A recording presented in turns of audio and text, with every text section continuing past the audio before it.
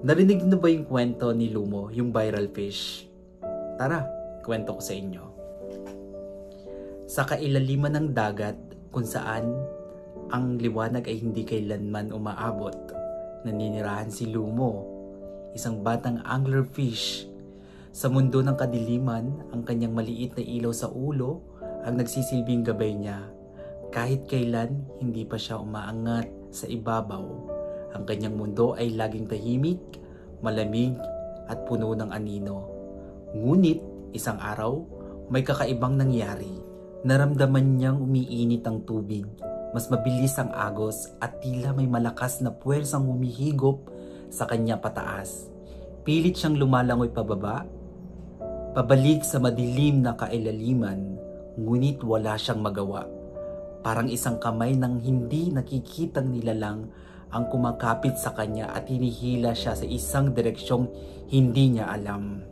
Mas lalo pang bumilis ang agos, mas lalong uminit ang tubig, hanggang sa bigla siyang bumangga sa isang bagay na hindi pa niya kailanman nakita, isang matinding liwanag.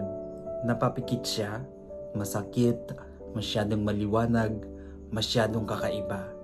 Sa unang pagkakataon, nakita ni Lumo ang bughaw na langit at ang araw na kumikinang sa ibabaw ng tubig. Ngunit hindi ito nagbigay sa kanya ng ginhawa. Sa halip, parang sinasakal siya nito.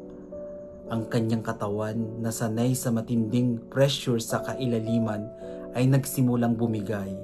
Ang kanyang balat ay natutuyo, ang kanyang mga mata ay nasisilaw, at ang kanyang maliit na ilaw, ang kanyang gabay sa buong buhay niya ay unti-unting nanghihina. Isang alon ang dumating at itinapon siya sa dalampasigan. Nakadapa siya sa buhanginan, hinahabol ang bawat patak ng tubig na dumadaloy sa kanyang katawan. Gusto niyang bumalik, gusto niyang lumangoy pabalik sa kanyang mundo, ngunit ang kanyang mga palikpik ay mahina na. Ang kanyang katawan ay hindi na sumusunod sa kanyang kagustuhan. Sa unti-unting paglubog ng araw sa abot tanaw, nakita ni Lumo ang sandata sa dilim. Unti-unting nagdidilim. Huminga siya ng malalim, ngunit wala nang natitirang hangin sa kanyang katawan. At sa kanyang huling sandali, isang tanong ang nanatili sa kanyang isipan. Bakit ako nandito? At sa huling pagkurap ng kanyang maliit na ilaw, tuluyan siyang niyakap ng dilim.